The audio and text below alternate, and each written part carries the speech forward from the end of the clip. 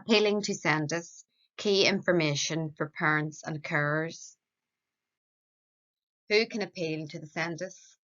Parents are a person with parental responsibility. A child cannot lodge an appeal on their own behalf.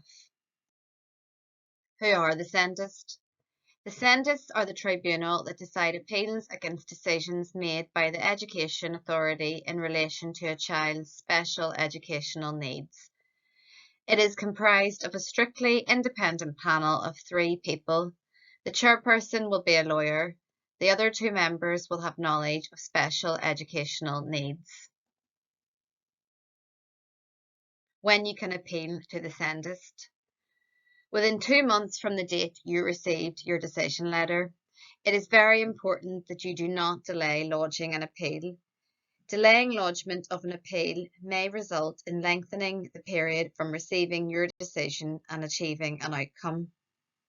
If you do miss your appeal deadline date, there is a mechanism to extend in exceptional circumstances.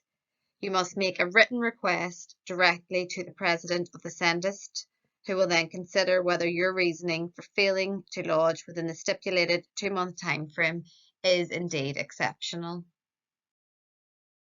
What are the grounds to lodge an appeal with the SENDIST? There are a number of grounds one can lodge an appeal with the SENDIST. Firstly, the Education Authority will not carry out a statutory assessment or statutory reassessment of a child's special educational needs. You cannot, however, appeal if an assessment has been carried out within the last 6 months.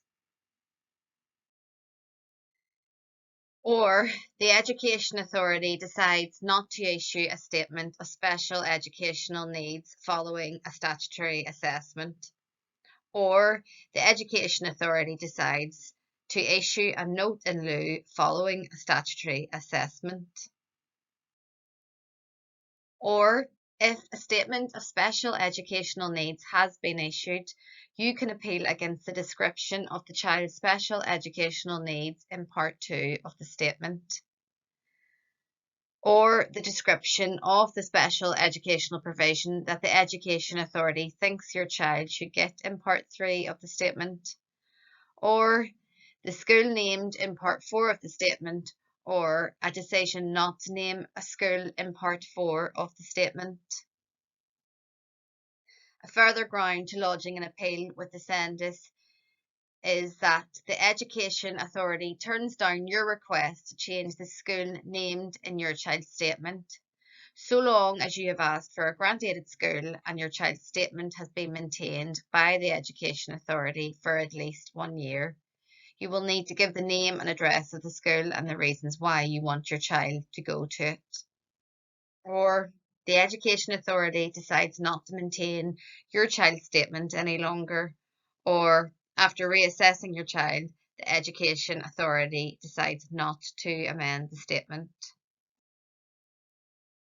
So the aforementioned are grounds on which you can lodge an appeal with the SENDIST, but what can the SENDIST not consider?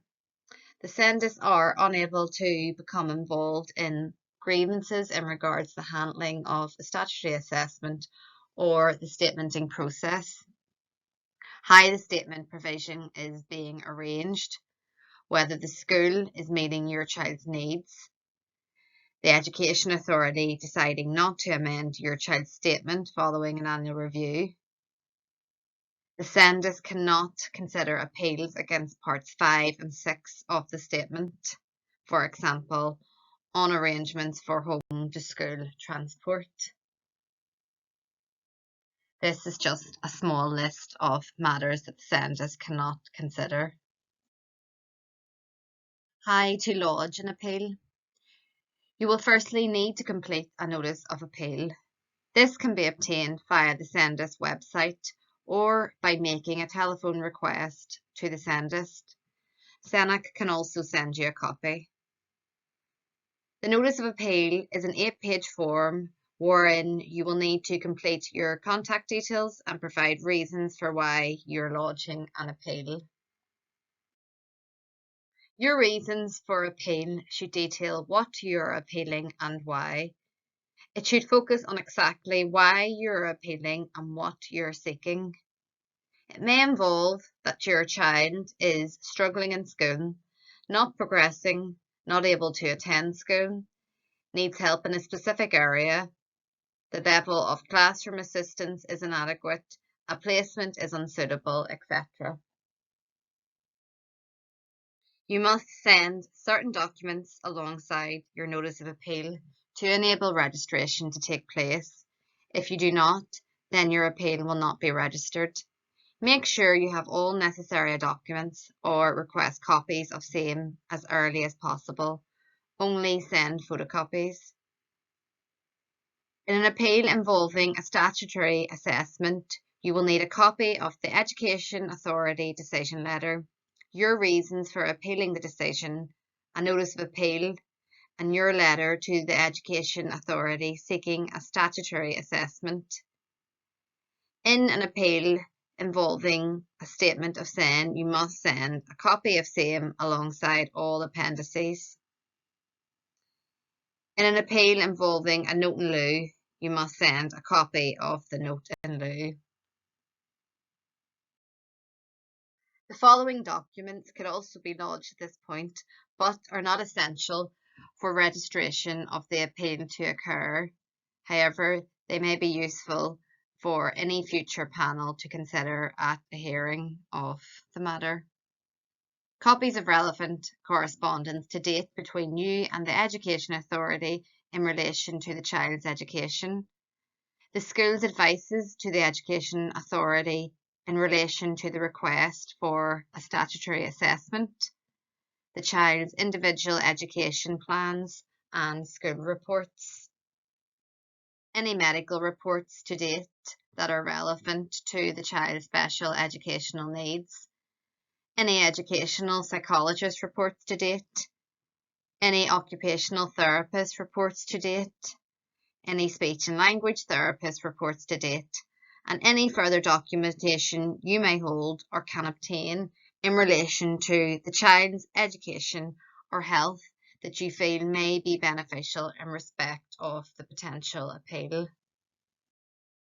What happens after an appeal is lodged? Your appeal will be registered by the SENDIST and the Education Authority will be notified of same. This is usually done within 10 working days.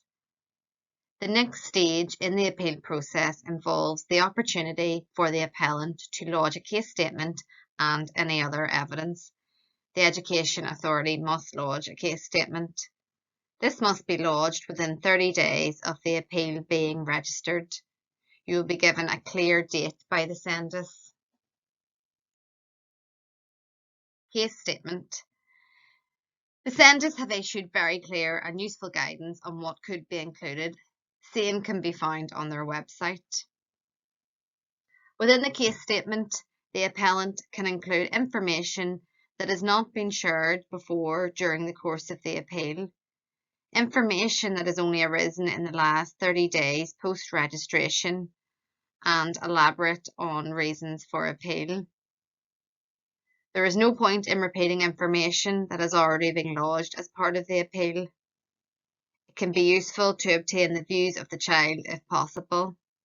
It can also be useful to obtain views of professionals who are familiar with your child, specifically in relation to their special educational needs, or people who may know your child well and could add value to the appeal.